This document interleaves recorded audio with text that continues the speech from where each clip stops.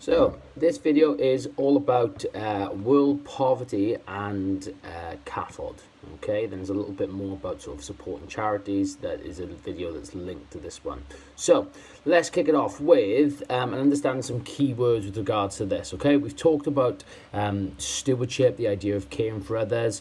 We've talked about environmental responsibility, the need to look after sort of the world. With regards to that sort of like environmentally is what I mean by that. So things like the idea of supporting green initiatives, all that sort of stuff. But now we're going to talk about poverty itself, right? Now you need understanding of two different types of countries for this, right? And the first one is an MEDC. So an MEDC is a more economically developed country. For example, you're talking about the UK, you're talking about the USA, all right, that is financially secure and has systems in place to for the economy to grow and also to support its citizens if they're in times of need, okay? Then you've got an LEDC, a less economically developed country. Now, the countries that was called that fall into this are often ones that we consider to be part of the third world. Okay, so there's countries in what's called in severe poverty where lives are often at risk because of the economic situation in the country. Now, you could be asked about what are the main causes of poverty, what are the main causes of poverty across the world. Now, if you're asked to do this, it'll typically come up as a describe question. So, looking at this in sort of a bit more depth or whatever, what's called more, not depth, so that's one of the answers, in a bit more depth, that what we're going to talk about first of all is, as I said, the causes of poverty. So the first one I would say, right, that you really want to focus on is, and I think probably the biggest one, is relying on a single export. Now what that means is a country only selling one main crop usually, all right, to make money. So it could be coffee, it could be, it could be chocolate, or whatever. I'm just using those as examples. Now, the reason why this may cause poverty is because if the demand for that product goes down, okay, or that if there is drought or flooding in the country, then what's going to happen there is no one's going to buy the product if the demand is down, but also at the same time their crops could be damaged, so they've got nothing to sell. Well, if that happens widespread across the country, and the impact of that is that the whole of the country's economy can be affected. So it's a really sort of large one with regards to sort of the impact on what's called talking about why countries are in sort of widespread debt. Okay, there's another one, natural disasters, so things like hurricanes and tsunamis, that type of thing, right? And the reason this causes poverty is because there's the cost of the cleanup to repair sort of the damage that's been done, but then there's also the impact that it has on whether it's crops being sort of grown, whether that's a thing, and also the impact on loss of life. And widespread disease, often when there's natural disasters, whether in poor countries, that a lot of people have to sort of group together, and whether it's sort of like kind of like camps, really, okay. And what they do is that there might be sort of an epidemic. It's called widespread disease there. Then there's medical costs that come with it as well. So natural disasters is a big one.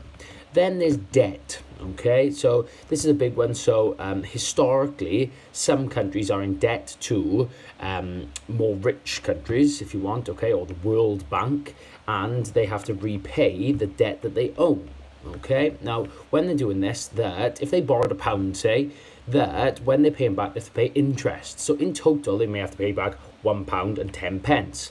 Well, the thing is, in some countries that are less economically developed, the amount of money they may earn may only be enough to pay back the interest, the 10 pence. As a result of that, they're never getting rid of the pound that they owe.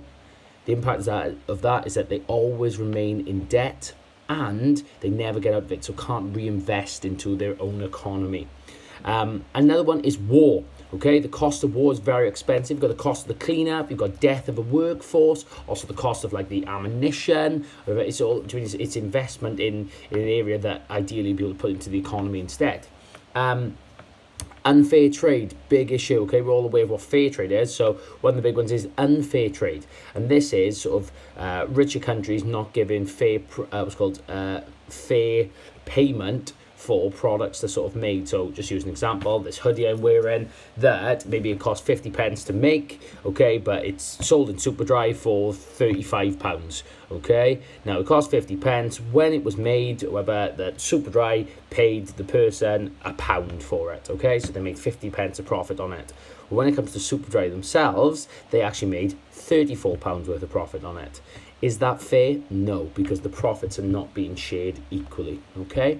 Another one is HIV and AIDS, okay? So we're talking about one of the most severe sort of diseases, if you want, right, that is widespread in some of the developing world, countries in poverty, and the medical cost of treating it, but then also the amount of death that it causes, means like death of the workforce. Next one is lack of education. So this one's quite a big one. The reason why I say lack of education is because unless they're educated, that they're just going to sort of follow the same job as their father above them. If they're not going to school, the skills they learn are being taught by their family. If their father is a poor farmer, they're going to become a poor farmer, the child's going to become a poor farmer. They can never break that cycle. They can't learn the skills needed to go and have sort of better paid jobs. Another one is a lack of clean water, and this is what's called quite a big one, because lack of clean water spreads malaria, it spreads typhoid, cholera, okay, and the impact of that is, once again, it costs high medical costs to treat people with what's called these illnesses, and also death. And again, we're talking about death of a workforce. There are lots and lots more, okay, but those are sort of like some of the main ones that you can use in your answer. Now, Catholics, to sort of help to overcome this, what they do is they support a charity called CAFOD. Now, CAFOD stands for Catholic Agency for Overseas Development. Now, what they try and do is they try and put things into place to make short-term help, okay, to give short-term help to countries in sort of real need, and then to make a long-term difference as well. So your answer here, if you're describing, there's 1 point that's all about short-term, and there's 4 that are all about long-term change. All right, same with the explain. 1 is short-term, and 3 of them are to make are to make long-term change. So you've got the 1 and 3 split, or the 1 and 4 split, depending on which question you're asked. Now, let's start off with how they try to make short-term different. So, first things first is they respond to disasters and emergencies to provide short-term support. Now, when you're explaining the reasons why, okay, you've got to make sure you draw upon religious teaching. So, this one you could say here, CAFOD do this because they are motivated by Jesus' teachings to show love to others, particularly the parable of the sheep and the goat that talks about prioritizing helping those most in need. So therefore, the type of things that they do to respond to disasters and emergencies, they provide basic medical care. They'll have what's called that basic shelter, so like tents and things like that, so people got somewhere to stay, and also then clean water and food. All right, people who escaped a hurricane or something like that they would respond there with those things that their basic needs that they desperately need. So that's the first thing. The second one, all right, is, and this is now we're going on to sort of focusing on making long-term change, okay? So let's talk about what they do within a country. So one of the things would be to develop, what's called development programs. So they try and make long-term change by setting up development programs. And the reason they do this, again, using one of Jesus' teachings, they want to make long-term help. So they're motivated by love thy neighbor, okay?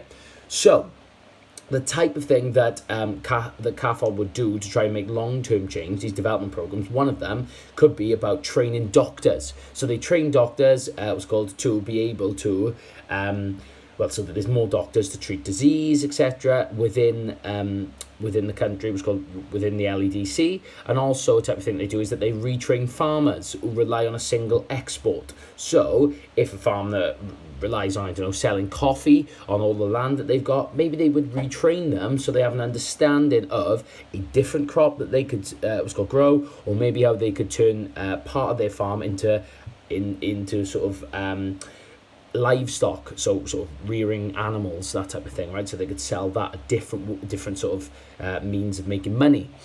So next one, all right, is that if they want to make sort of like a big change, one of the things they do is that they need to get governments on side, okay? The people who sort of are going to make a difference. So CAFOD, one of the things that they do is they promote stewardship and they campaign for those in need, okay? So one of the big things they do, they campaign against the government to try and get them involved, all right? And the reason they do this is that they're motivated by the golden rule, okay, to treat others as they wish to be treated. And they know that if we want to make real change, we need to get the government involved as well. So they campaign to the government to try and get them involved. Sort of a specific example of what CAFOD does to campaigns go for the government. You can say about the fact that they have taken part in marches, protests, that sort of stuff to the government. But they also support initiatives like Make Poverty History and Fair Trade.